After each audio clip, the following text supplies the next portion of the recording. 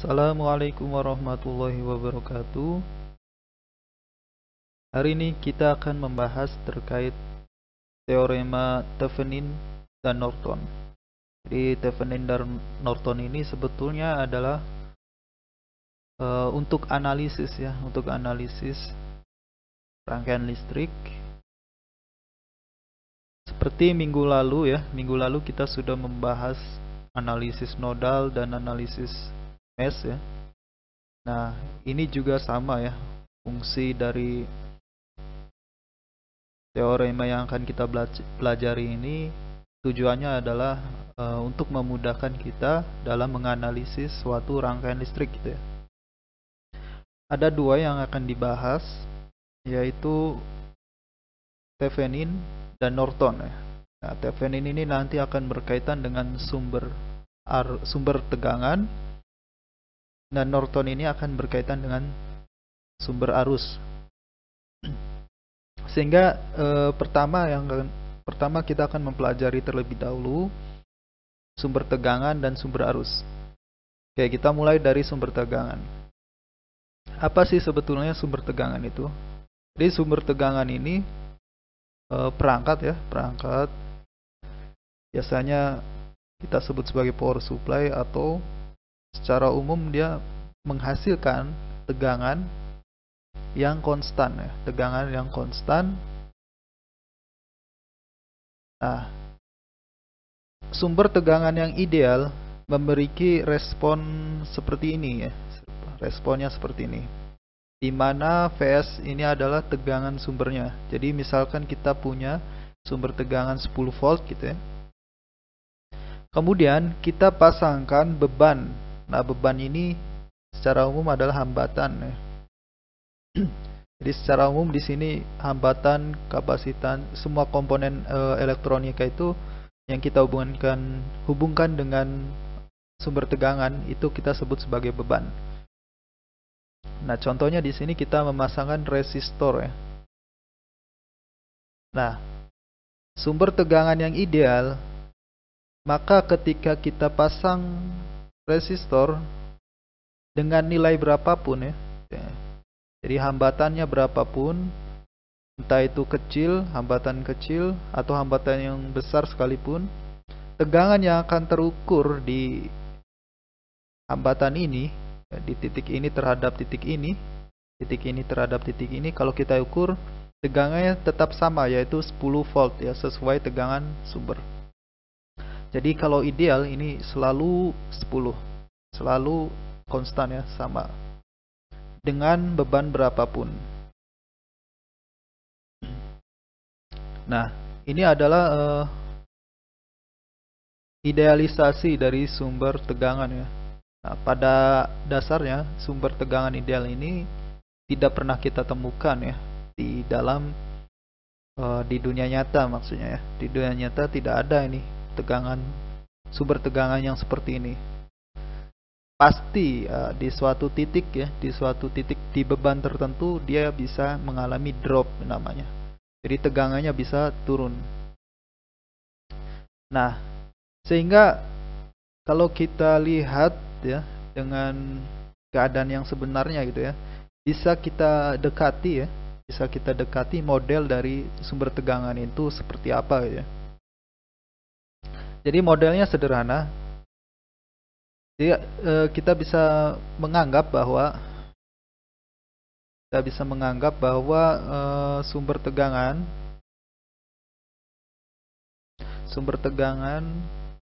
ini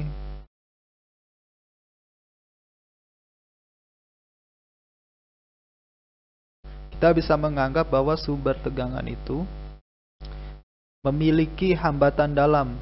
Nah, jadi kita memiliki sumber tegangan 10 volt misalnya.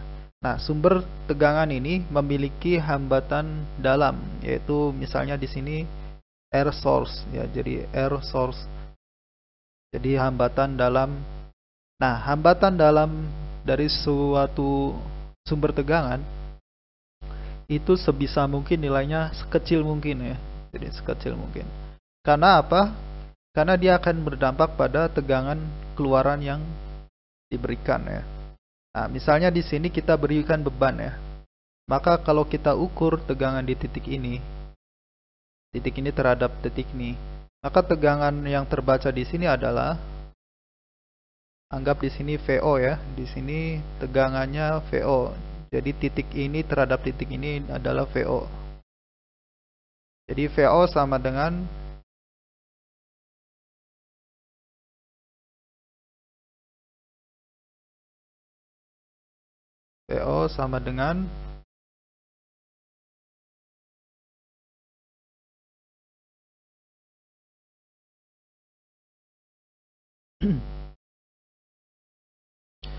kita lihat di sini adalah pembagi tegangan ya, pembagi tegangan yang bisa kita selesaikan dengan cara analisis nodal maupun analisis mesh. Tapi ini bentuknya masih sederhana, sehingga mudah saja kita simpulkan bahwa tegangan keluarannya adalah hambatan di sini RL ya, dibagi RS plus RL dikali sumber tegangan Vs. Nah, kalau kita perhatikan persamaan ini, maka ketika RS-nya kecil, misalnya 1 ohm ya, 1 ohm, kemudian misalkan bebannya sangat besar gitu ya. Maksudnya misalnya bebannya ini memiliki hambatan yang besar ya. Hambatannya besar, ketika RL-nya besar, maka bagian ini kan besar dibagi besar plus kecil ya. Jadi hampir 1, nilainya hampir 1 kali PS. Sehingga ketika hambatannya besar ya, hambatannya besar, nilainya adalah hampir mendekati PS ini ya, 10 ya. Jadi terlihat datar gitu ya. Tapi ketika hambatannya kecil ya, misalkan saja di sini ketika hambatannya 1 ohm ya, 1 ohm. Maka 1 ohm dibagi 1 plus 1 setengah Vs. Tegangan keluarannya ternyata menjadi separuh ya. Jadi 1/2 Vs, separuhnya Vs. Artinya di sini ketika 1, tegangannya menjadi 5 volt gitu ya. Nah, ternyata tidak seperti tegangan ideal tadi ya. Di sini kan hambatannya berapapun, nilainya tetap konstan di 10. Nah, sekarang ketika kita dekati dengan konsep seperti ini gitu ya, kira-kira bentuknya seperti ini kurvanya. Jadi ketika hambatannya kecil ya, tegangannya drop. Nah, sebetulnya ini pendekatan ya. Jadi pendekatan bahwa sumber tegangan itu kita bisa modelkan sebagai sumber tegangan ideal yang memiliki hambatan dalam ya, memiliki hambatan dalam. Nah, pendekatan ini cukup bagus, lumayan merepresentasikan sumber tegangan yang sebenarnya gitu ya.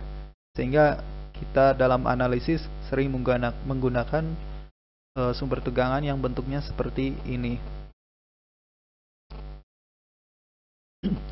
Nah, dalam penyebutan beban ya, kita biasanya menyebutkan bahwa untuk hambatan yang kecil itu berarti bebannya besar gitu ya. Jadi kebalikan ya. Jadi semakin besar hambatan itu berarti bebannya semakin kecil. Dan ketika hambatannya semakin kecil itu berarti bebannya semakin besar. Kenapa? Karena ketika hambatan kecil artinya dia menarik arus yang lebih besar ya. Ingat bahwa tegangan, hukum Ohm ya,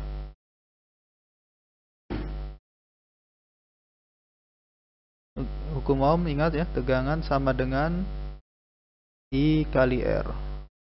Nah, artinya ketika tegangannya kita anggap konstan ya, R semakin besar, maka arusnya menjadi semakin kecil. Sehingga R yang besar itu bebannya kecil gitu ya. Karena mengambil arus yang sedikit. Tapi ketika bebannya kecil gitu ya, bebannya kecil, maka arusnya yang membesar. Artinya dia mengambil arus yang lebih banyak ya, sehingga kita sebut sebagai beban yang besar gitu ya. Oke, jadi semakin besar hambatan, bebannya kecil. Semakin kecil hambatan, kita anggap bebannya besar gitu ya. Nah, kemudian simbol ya, oke, simbol bisa kita menggunakan simbol seperti ini, bisa juga seperti ini ya. Jadi secara umum kalau dalam analisis misalnya kita melibatkan sumber tegangan yang ideal ya, umumnya kita simbolkan langsung seperti ini. Tapi ketika kita melibatkan aproksimasi model aproksimasi untuk mendekati sumber tegangan yang nyata gitu ya, kita umumnya menggunakan simbol seperti ini. Jadi ada sumber tegangan, kemudian ada hambatan dalam gitu ya, hambatan dalamnya. Nah, ya ini sama saja ya. Mau bentuknya seperti ini, mau bentuknya seperti ini sama kan ya. Hanya menekuk ke sini aja. Nah, kemudian kita bahas tentang sumber arus ya, sumber arus. Sama seperti sumber tegangan tadi ya. Jadi arus yang ideal, sumber arus yang ideal. Oh, di sini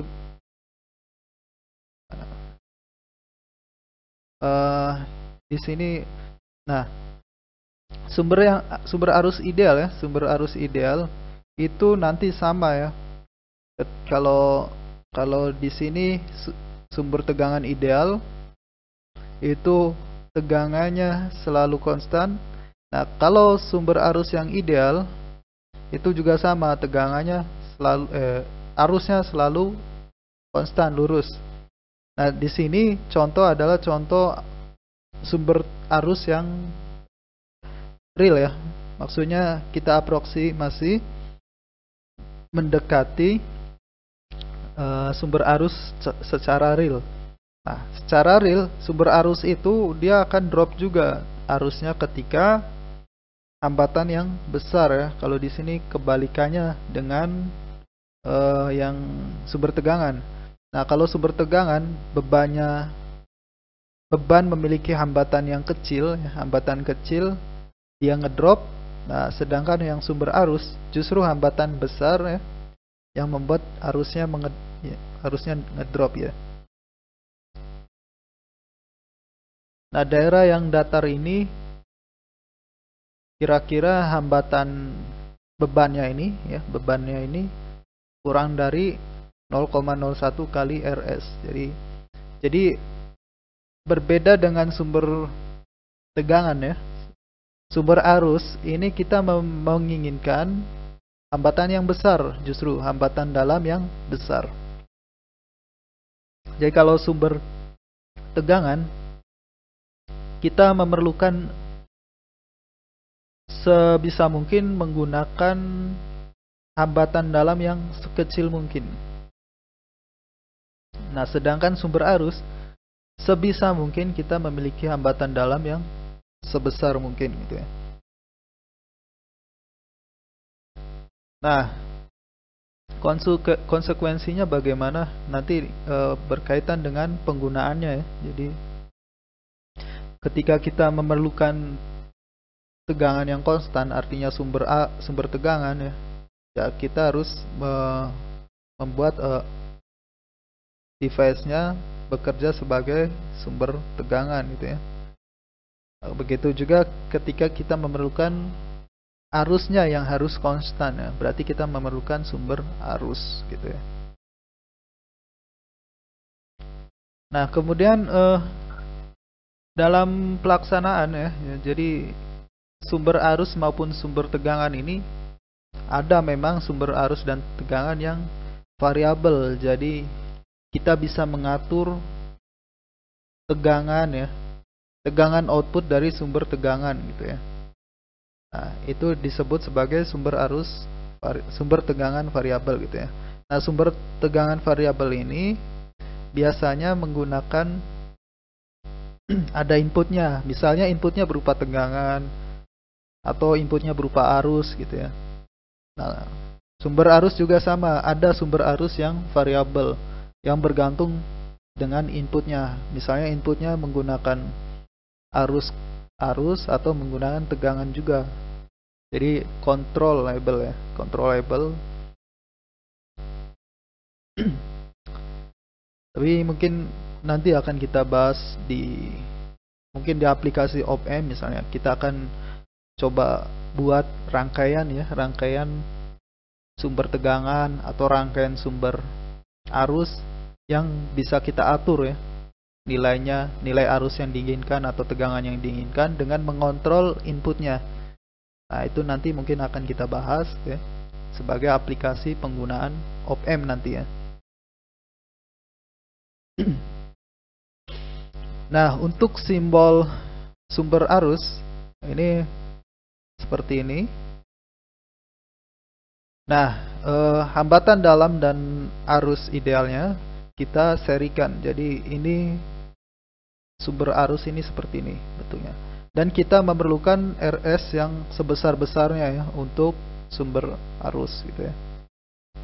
Sehingga ketika disebut ideal ya kalau RS-nya tak hingga gitu ya. Dan ini tidak ditemukan ya sumber arus seperti ini. Oke, kemudian setelah kita bahas ya sumber tegangan dan arus, kita masuk ke ini teorema Thevenin ya. Jadi teorema Thevenin. Kemudian ada nanti teorema Norton. Kita bahas satu persatu. Nah, teorema Thevenin ini menarik ya, sangat menarik. Kenapa sangat menarik? Karena ketika kita memiliki suatu rangkaian gitu ya, suatu rangkaian linear, suatu rangkaian bentuknya seperti apapun gitu ya, serumit apapun bentuknya, itu menurut Thevenin itu bisa kita simplifikasi ya menjadi rangkaian setara Thevenin ya, rangkaian setaranya atau rangkaian pengganti ya. Jadi serumit apapun rangkaian di sini gitu ya, kita bisa memodelkannya atau mensimplifikasinya menjadi seolah-olah seperti hanya sebuah sumber tegangan dan sebuah hambatan. Nah, sumber tegangan ini kita sebut sebagai sumber tegangan Thevenin, VTH gitu ya. Kemudian hambatannya juga kita sebut sebagai hambatan Thevenin gitu ya. Jadi misalnya di sini rangkainya rumit gitu ya, banyak resistor, entah dirangkai secara paralel, seri, campuran dan lain sebagainya gitu ya. Nah, ini semuanya itu bisa kita sederhanakan menjadi rangkaian penggantinya yang isinya cuma dua komponen, yaitu sumber tegangan dan satu buah hambatan ya. Nah, Thevenin ini, tegangan Thevenin ini dapat kita cari dengan mencari tegangan saat open circuit ya. Jadi open circuit ya, misalnya di sini kita memiliki beban RL. Nah, di titik A dan titik B terhubung nanti ke rangkaian yang kita mau sederhanakan itu. Nah, untuk mencari tegangan Thevenin, kita cari tegangan saat open circuit. Artinya RL ini kita buang dulu. Kemudian kita ukur tegangan di A dan B ini. Kita ukur tegangan di A dan B ini, misalnya pakai multimeter atau pakai perhitungan gitu ya. Kita buang RL-nya, kemudian kita ukur tegangan di AB. Nah, tegangan yang terukur di AB inilah tegangan Thevenin-nya. Nah, kemudian untuk mencari R Thevenin ya, jadi hambatan Thevenin, caranya sama juga. Jadi kita mengukur hambatan ketika open circuit ya. Jadi RL-nya kita buang, kemudian kita ukur hambatan pengganti antara titik A dan B. Jadi kita ukur hambatan A dan B ini, seberapa hambatan pengganti total di semua rangkaian ini diukur dari titik A ke titik B gitu ya. Oke. Nah, misalkan di dalam rangkaian ini terdapat sumber tegangan ya.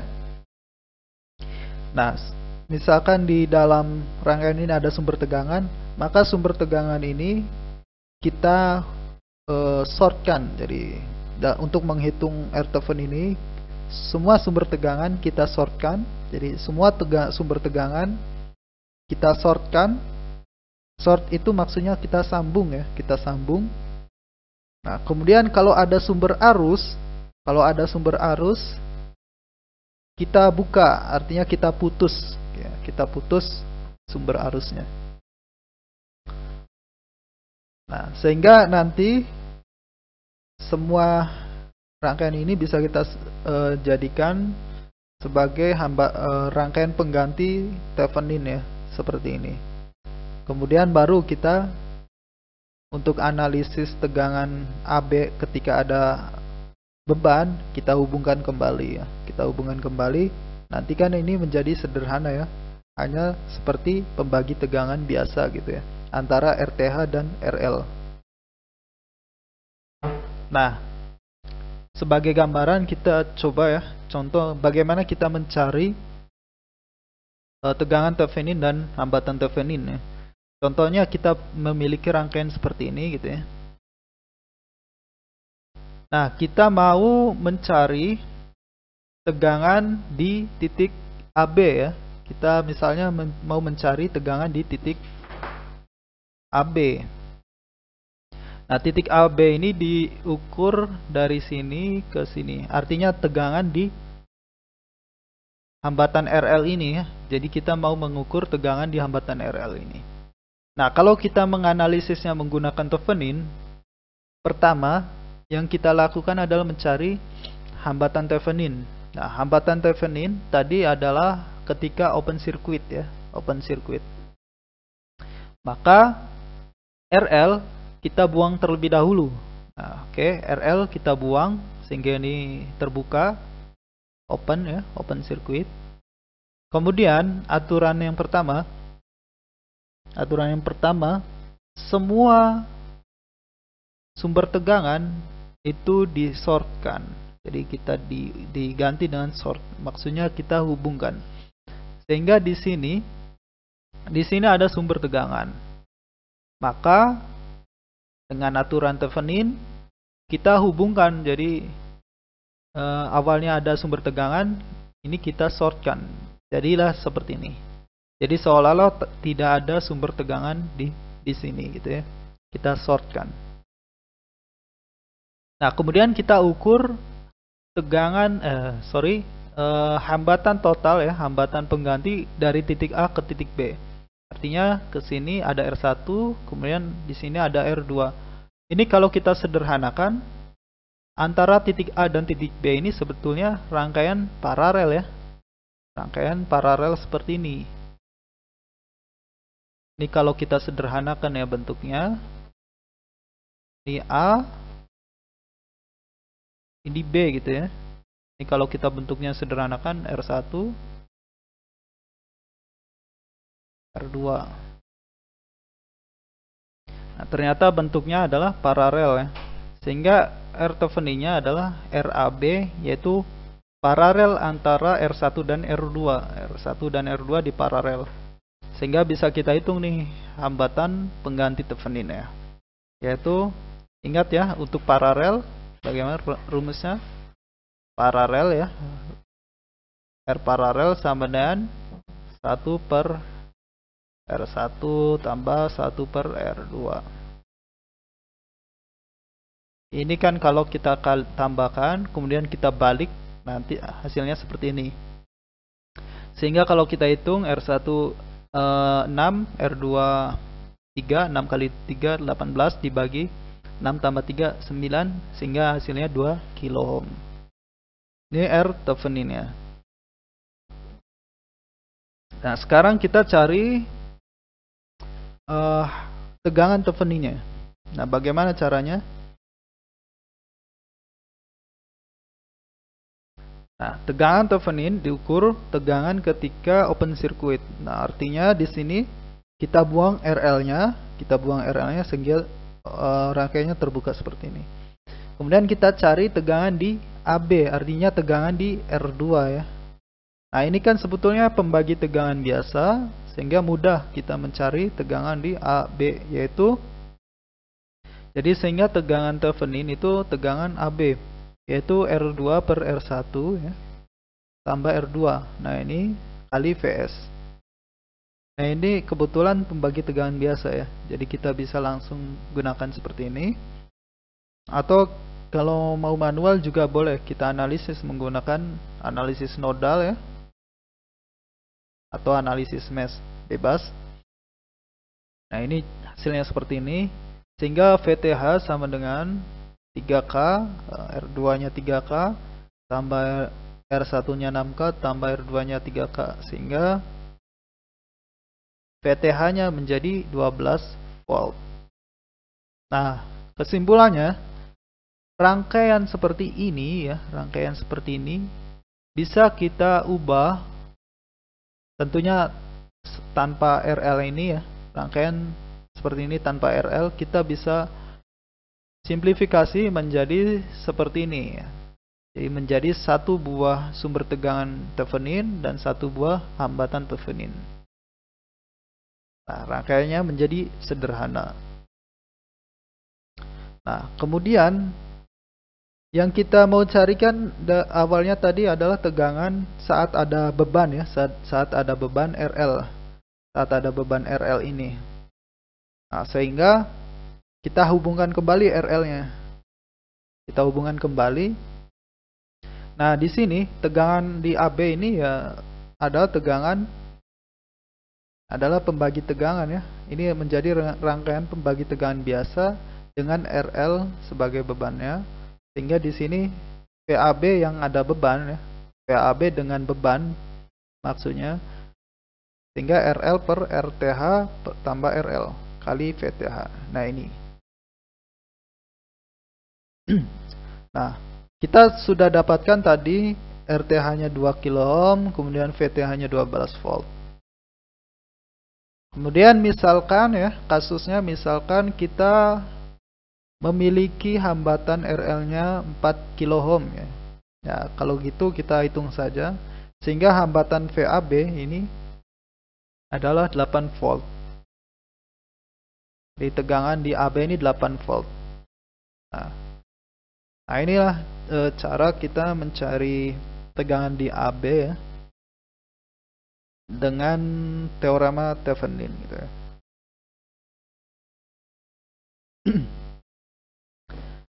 Nah, itu Thevenin.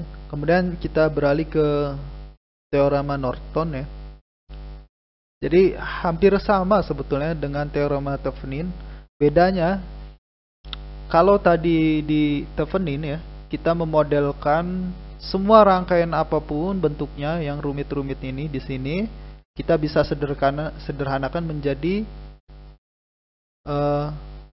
kalau yang tadi yang Thevenin menjadi sumber tegangan ya, sumber tegangan, di mana satu sumber tegangan dan ada satu hambatan Thevenin.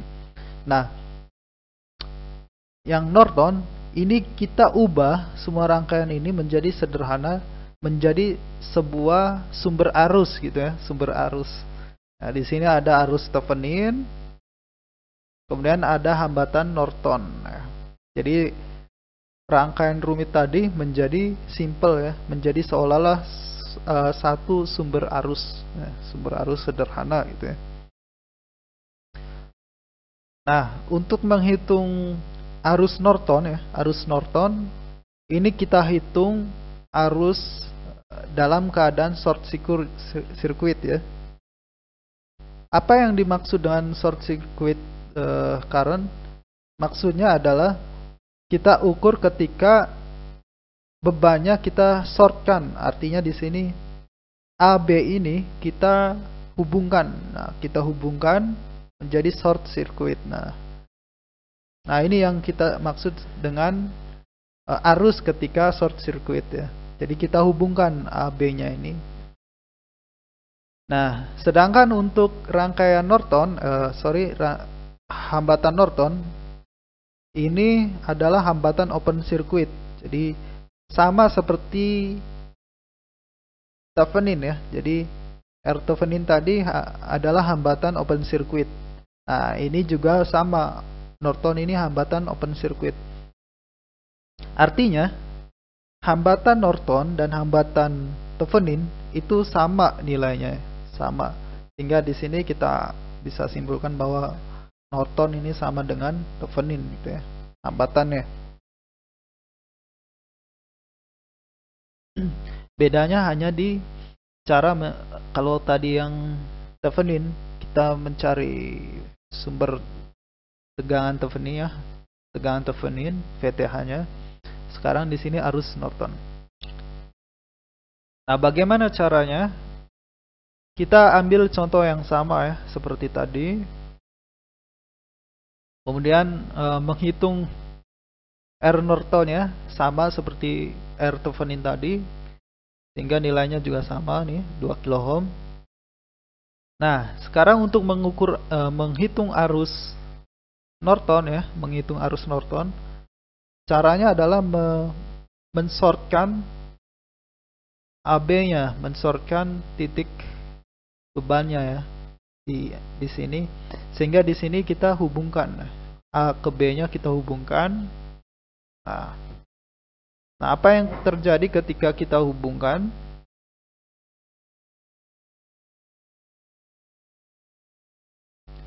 Sehingga karena ini short ya, karena ini short, artinya tidak ada arus yang mengalir ke R2. Semuanya teralirkan ke AB ini karena ini short ya. Nah, sehingga tidak ada arus yang mengalir di R2. Sehingga ini bisa kita abaikan nih R2. Seolah-olah R2 ini bisa kita abaikan sehingga tidak ada R2. Sehingga arus yang mengalir, artinya di sini hanya ada satu hambatan nih, R1. Sehingga arusnya ya 36 dibagi 6 kilo ohm sama dengan 6 mA. Nah, ini adalah arus Norton yang kita dapatkan.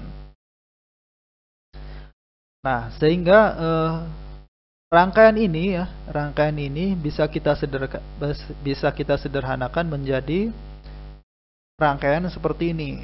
Jadi hanya ada satu sumber arus dan satu hambatan Norton ya. Menjadi lebih sederhana. Nah, kalau kita lihat tadi kita sudah dapatkan ya yang Thevenin. Oke, sebentar kita lanjut ini dulu.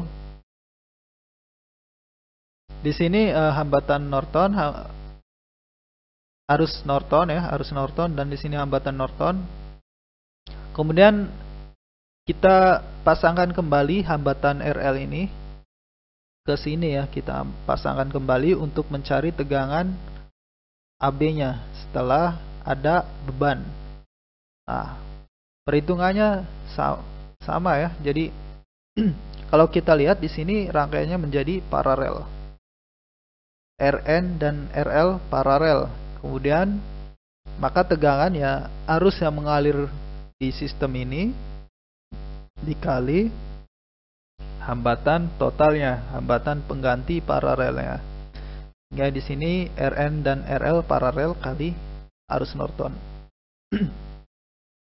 Sehingga VAB sama dengan ini. Nah, kalau kita misalkan yang sama ya, tadi sudah kita misalkan di sini hambatannya 4 kilo ohm. Di sini juga kita misalkan hal yang sama, hambatan 4 kilo ohm. Maka didapat VAB sama dengan 8 volt. Tentu hasil yang sama dengan Thevenin tadi ya. Dengan cara Thevenin tadi sudah kita dapatkan VAB-nya yang ada beban 8 volt.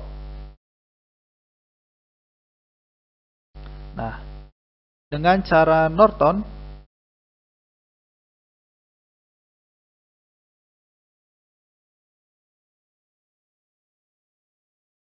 ini Norton ya, sorry ini Norton. Ini Norton. Nah, yang tadi yang Thevenin tadi ini kita dapatkan 8 volt. Kemudian yang Norton kita juga dapat 8 volt. Artinya cara Thevenin maupun cara Norton ini menghasilkan nilai yang sama gitu ya. Nah, bisa kita perhatikan bahwa di sini kalau kita lihat ternyata ya, tegangan Thevenin tadi kita dapatkan 12 volt, hambatan Thevenin 2 volt.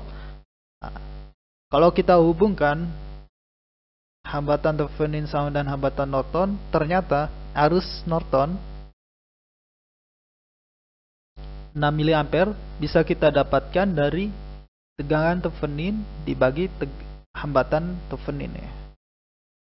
Atau hambatan Norton ya, sama dengan PTH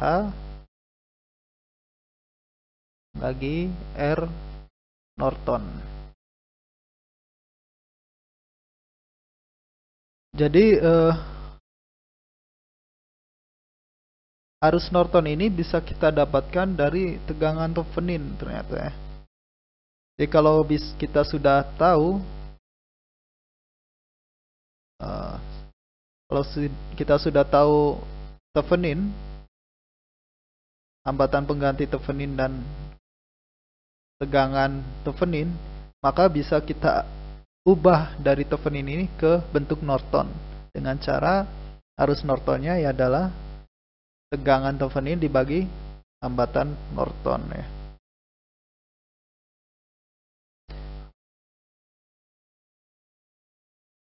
Oke, kesimpulannya, kesimpulan sementara untuk Thevenin dan Norton ini, dalam kita mencari tegangan Thevenin, hambatan Thevenin, hambatan Norton dan arus Norton, ini tahapannya kurang lebih seperti ini. Yang Thevenin tadi kita mulai dari mencari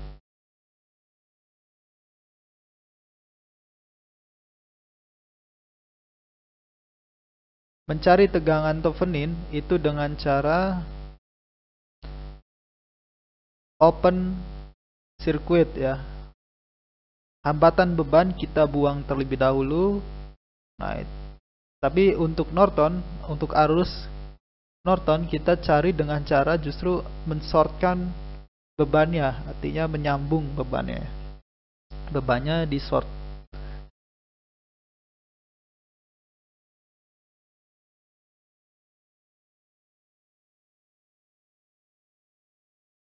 Nah, tahap keduanya dihitung atau diukur ya. Dalam keadaan open circuit, nah ini tegangan Thevenin ya. Nah, sedangkan kalau arus Norton ya diukur atau dihitung dalam keadaan short circuit ya. Nah, untuk mencari hambatan Thevenin, nah, ini kita mensortkan semua sumber tegangan tadi ya. Kita sortkan semua sumber tegangan tadi. Tadi kita sortkan semua sumber tegangan. Di sini ada sumber tegangan, kemudian di sort. Nah, ini itu bisa kita menentukan hambatannya ya, hambatan Thevenin atau Norton Thevenin. Nah, caranya sama ya. Keduanya di open circuit ya, keduanya saat open circuit, kemudian kita ukur hambatannya. Nah, setiap ketemu sumber tegangan kita hubungkan, kemudian setiap ketemu sumber arus kita putus. Oke. Nah, hubungan Thevenin dan Norton ini amat baik. Jadi kalau kita sudah punya setara Thevenin, kita bisa cari dengan mudah setara Nortonnya. Begitu juga kalau kita memiliki setara Norton, kita bisa ubah menjadi setara Thevenin dengan mudah. Hubungannya seperti ini.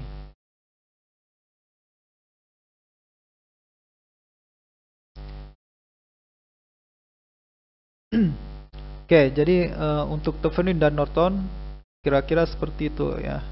Jadi cara mencari rangkaian pengganti Thevenin dan rangkaian pengganti Norton itu cukup sederhana ya, cukup sederhana. Dan itu nanti ternyata kita bisa menganalisis rangkaian yang cukup rumit ya dengan lebih sederhana menggunakan Thevenin dan Norton ini gitu ya. Nah, contohnya mungkin contoh yang lebih rumit mungkin kita akan bahas besok ya. Kita akan bahas besok. Tentu mungkin kita akan bahas Weston Bridge ya, yang sebelumnya pernah kita bahas menggunakan analisis nodal dan analisis mesh ya. Terlihat bahwa menggunakan analisis nodal saja itu hanya menambahkan satu resistor di tengah Weston Bridge itu ternyata harus panjang ya, caranya cukup panjang gitu ya. Nah, bagaimana kalau kita menganalisisnya menggunakan Thevenin gitu ya? Apakah bisa lebih mudah? Nah, nanti kita akan lihat itu ya. Nah, ini saya angkat ke kuliah ini karena penting ya. Jadi troubleshooting ini penting dalam kita membuat rangkaian listrik ya. Nah, kepentingannya di mana? Tentu saja ketika kita mengalami masalah ya. Kok rangkaiannya nggak jalan misalnya? Rangkaiannya nggak berfungsi seperti yang diharapkan gitu ya. Nah, tentunya kita perlu troubleshooting kan. Kita mencari mana nih rangkaian yang salah atau elemen komponen mana yang rusak atau bagaimana gitu ya. Nah, dasar troubleshooting ini ada dua, cukup dua saja yang perlu kita ingat gitu ya. Pertama, open device. Jadi komponen itu dalam keadaan terbuka ya, dalam keadaan terbuka kita bisa identifikasi komponen itu terbuka, artinya putus gitu ya, putus dari rangkaian atau rusak gitu ya. Itu dengan cara mengecek apakah rangkaian itu putus atau tidak dengan cara melihat arusnya ya.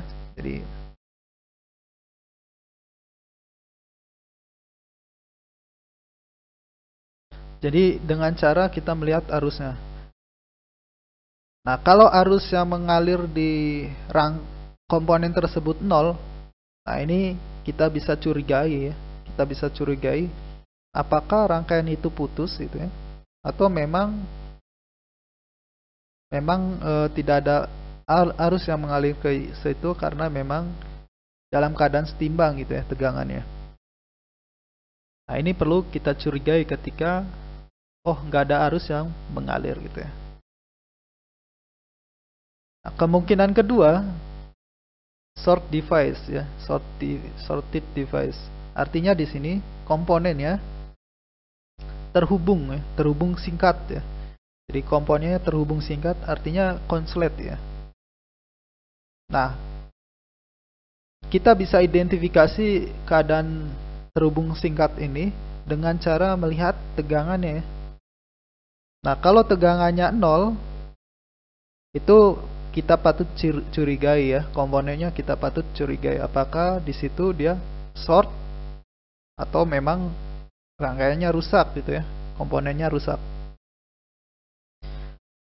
Jadi ada dua hal yang perlu kita curigai saat troubleshooting ya. Pertama, kita cek bahwa kok arusnya 0 gitu ya, atau kita cek kok tegangannya 0. Nah, ini yang kita curigai.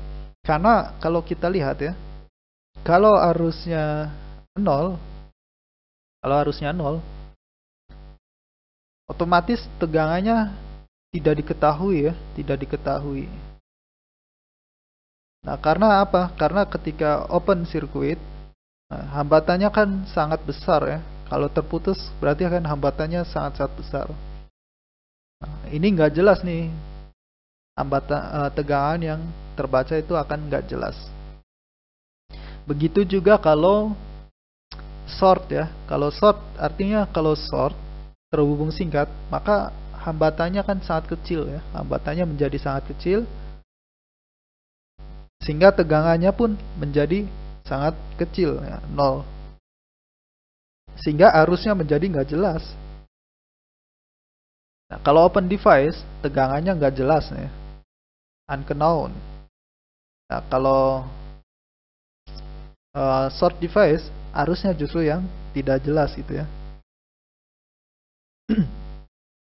Nah, contohnya di sini. Oke. Kalau kita perhatikan ya, misalnya di sini 12 volt, ini ground. Nah, kita bisa tebak ya, kita bisa tebak tegangan di titik A dan tegangan di titik B ini harusnya berapa. Nah, secara normal, maka tegangan di titik A adalah ini pembagi tegangan ya. Maka tegangan di titik A mestinya 6 volt ya. Tegangan di titik A mestinya 6 volt. Bagaimana tegangan di titik B? Maka tegangan di titik B, karena di sini pembagi tegangan juga, ini 100, maka 100 dibagi 100 tambah 100, setengah kali tegangan di A. Berarti tegangan di B adalah 3 volt.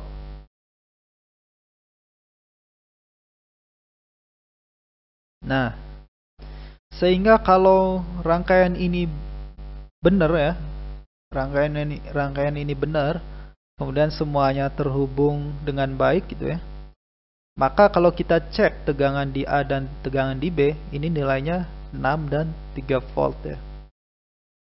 Nah, ini sirkuit oke berarti ya.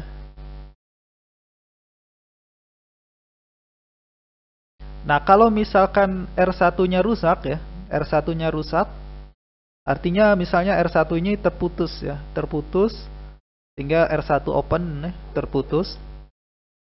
Nah, kira-kira apa identifikasinya ya? Pak, implikasinya apa ketika R1-nya open ya? R1-nya open artinya ini terputus. Berapa tegangan di A? Maka kalau ini terputus artinya tidak ada supply 12 volt ya. Sehingga di sini tegangan di A yang mengikuti tegangan di C karena tidak ada arus yang mengalir ya, tidak ada arus mengalir. Sehingga tegangan di A dan C sama, yaitu ground atau 0 volt ya. Bagaimana tegangan di B? Sama saja, 0 volt ya. Nah, kalau kita memiliki rangkaian seperti ini ya, kita memiliki rangkaian seperti ini,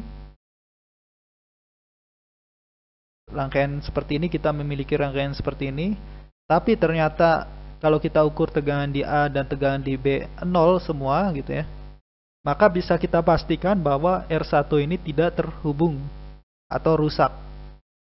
Oke ya. Nah, ini adalah contoh troubleshooting ya.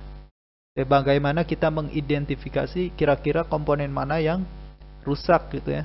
Caranya adalah mengukur tiap node-nya. Jadi kita ukur nih, A tegangannya berapa sih? B tegangannya berapa sih gitu ya.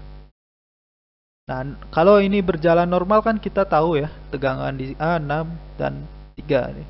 Jadi kalau kita ukur ternyata tegangan di A 0, tegangan di B 0, kita bisa tebak bahwa R1 rusak ya. R1 atau rusak atau tidak terhubung gitu ya. Oke, selanjutnya bagaimana kalau R2 yang open? R2 open artinya ini terputus ya. Kalau ini terputus artinya arusnya mengalir ke sini. Tidak ada yang mengalir ke R2. Nah, maka tegangan di A menjadi apa? Menjadi 100 K ditambah 100 K dibagi 10 ditambah 10 ohm ya, ditambah 100 K tambah 100 K. Ya, jadi total tegangan di sini dibagi total dikali PS-nya, supply-nya 12. Nah, ini kan 200 dibagi 200 kilo dibagi 200 kilo tambah 10 ohm. 10 ohm itu berarti kan 100 kilo itu kan sebetulnya 100.000 ya. Berarti ini 200.000 dibagi 200.000 10. Nah, nilainya sangat kecil ya. Perbedaannya sangat maksudnya pembilang dan penyebut ini bedanya sangat kecil, sehingga ini kurang lebih 1 ya nilainya. Sehingga ini kalau ini open, nah nilainya hampir ya, hampir 12 volt. Hampir 12 volt. Hampir 12 volt. Nah, bagaimana tegangan di B? Nah, karena tegangan B berarti di sini ya 100 dibagi 100 kilo tambah 100 kilo tambah 10 ohm. Ya kira-kira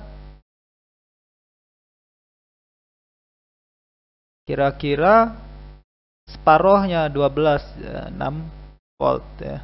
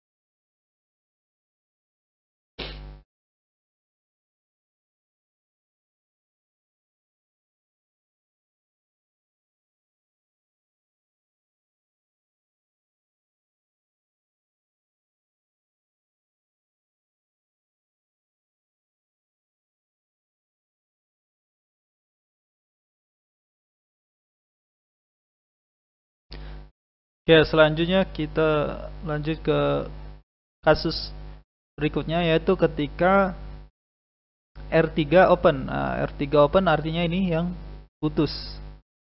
Nah, kalau ini yang putus artinya tidak ada arus yang mengalir di R4 ya, tidak ada. Semua arus mengalir ke sini. Artinya tegangan di A adalah di sini hanya pembagi tegangan biasa. Yaitu berarti di sini 6 volt ya. Di A 6 volt. Bagaimana di B? Karena nggak ada arus yang mengalir di sini, jelas B 0 juga ya, 0 volt. Oke, jadi kalau kita ukur titik A dan titik B 6 volt dan 0 volt, maka bisa kita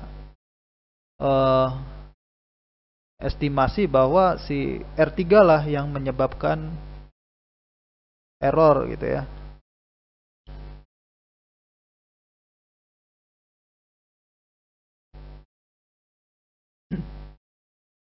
Kalau R4 bagaimana? Ini putus, artinya tidak ada arus yang mengalir ke sini. Maka kasusnya sama seperti tadi ya. Jadi di sini 6 volt, 0 volt juga. Sorry, ini bukan 0 volt. Kita lihat bahwa yang open hanya R4, berarti ini hilang ya. Maka titik B tegangannya akan sama dengan titik A ya, karena nggak ada arus yang mengalir ke sini. Sehingga titik D 6 volt juga. Nah, sekarang kalau C open itu maksudnya titik ini terbuka. Nah, artinya di sini putus, maka tidak ada arus yang mengalir ke bawah sini ya. Semua arusnya mengalir ke sini. Semua arusnya mengalir ke sini. Artinya ini mirip dengan kasus R2 ya, R2 yang open ya. Ini kasusnya mirip dengan R2 open.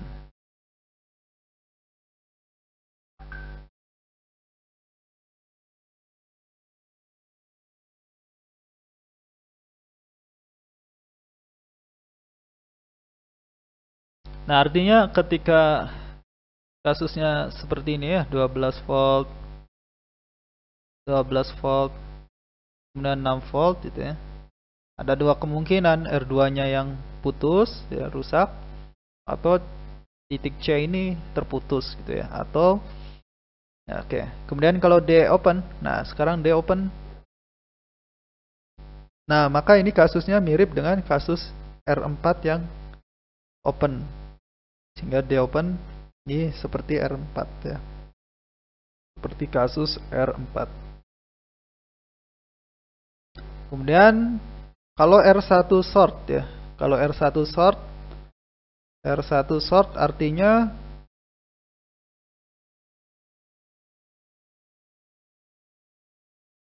kalau R1 short artinya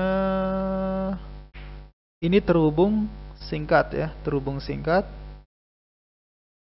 Nah, sehingga tegangan di A menjadi sama dengan tegangan suplainya 12 volt ya. Nah, di sini tegangan A menjadi 12 volt. Kemudian tegangan B. Nah, karena ini 12, ini pembagi tegangan ya. Jadi B-nya menjadi 6 volt ya.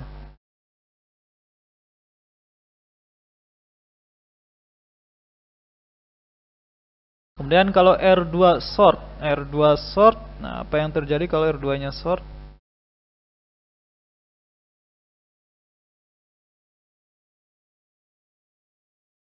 Kalau R2 short berarti terhubung singkat, nah, sehingga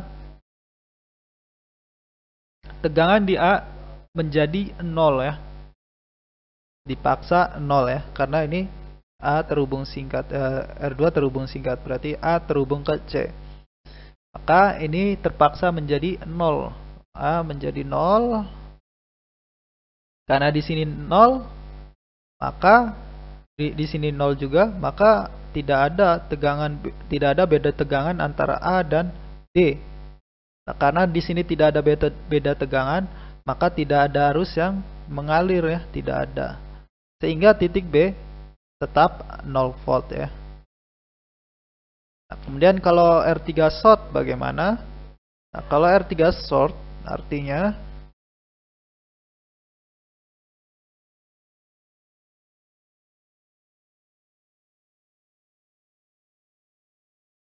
ini short gitu ya. Artinya titik A dan titik B tegangannya menjadi sama. Nah, kalau titik A dan titik B terhubung, maka R2 menjadi paralel dengan R4 ya. Nah, hambatan penggantinya berapa? Maka 10 kali 100 K, nah, dibagi 10 ditambah 100 K. Nah, ini sama dengan ya hampir 10 lah ya, hampir 10. Hampir 10 ohm. Artinya tegangan di A dan B ini kira-kira 6 volt juga ya, 6 volt.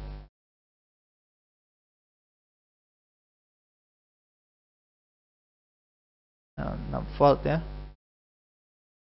Karena ini pembagi tegangan 10 ya, ini 10, totalnya 10, berarti 10 sama 10, 66.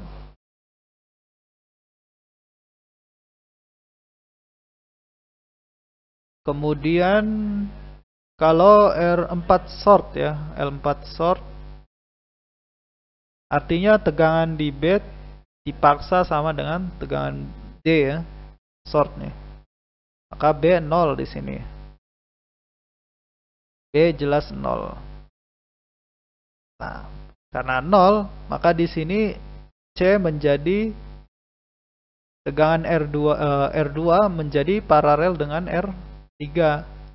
Nah, paralel kan tadi ya, sama seperti tadi, hambatan penggantinya menjadi sekitar 10 ohm. Sehingga tegangan di titik A menjadi, ini pembagi tegangan 10 dan 10. Artinya tegangan di A ya 6 volt ya. Oke lah, jadi ini kemungkinan yang terjadi gitu ya. Ini D sama dan R4 6 volt. Jadi ketika kita mengukur ternyata tegangan di A misalnya 6 volt gitu ya. Tegangan di A 6 volt. Kemudian tegangan di B 0. Nah, kalau A di A 6 volt, kemudian di B 0, maka ada kemungkinan yang terjadi adalah mungkin R4-nya short. Atau mungkin R3 open gitu ya. Nah, jadi kemungkinan ini yang kita lakukan itu dalam troubleshooting ya. Jadi dalam troubleshooting kita mencari ya, kira-kira komponen mana nih yang menyebabkan rangkaiannya nggak jalan gitu ya. Maka kita perlu tahu nih, di titik itu harusnya tegangannya berapa gitu ya. Di titik A misalnya tegangannya harusnya berapa kalau rangkaiannya berjalan dengan baik gitu ya. Nah, mengidentifikasi seperti ini sangat penting ya dalam troubleshooting ya. Nah, ini akan membantu kita dalam membuat rangkaian listrik gitu ya. Memastikan rangkaian listrik kita berjalan dengan baik gitu ya.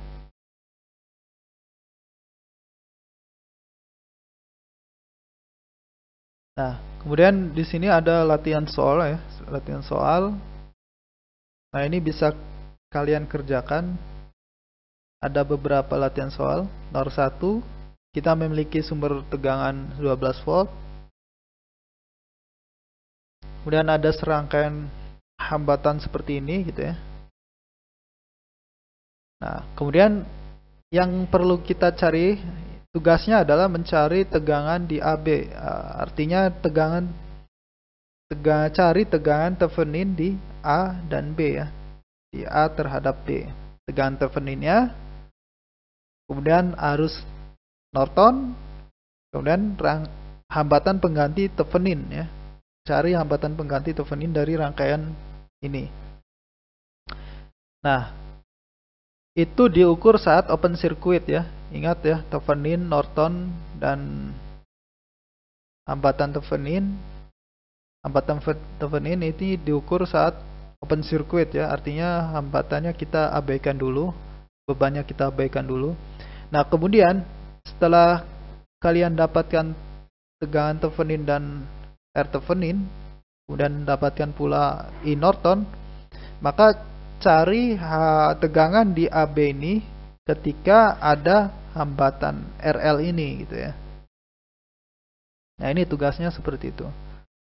Jadi cari Thevenin Nortonnya, rangkaian pengganti Thevenin dan Nortonnya, kemudian cari nilai tegangan ya, tegangan di RL ya saat close circuit. Nah, kemudian NOR 2 sama ya. Jadi instruksinya sama. NOR 3 juga instruksinya sama. Tapi kira-kira rangkaiannya berbeda ya. Di sini rangkaiannya seperti ini, kemudian ini rangkaiannya seperti ini. Semuanya sama ya di titik A, B ya yang kita cari. Titik A, B. Nah, ini silakan dikerjakan ya. Nanti dikumpulkan sesuai waktu yang ditentukan.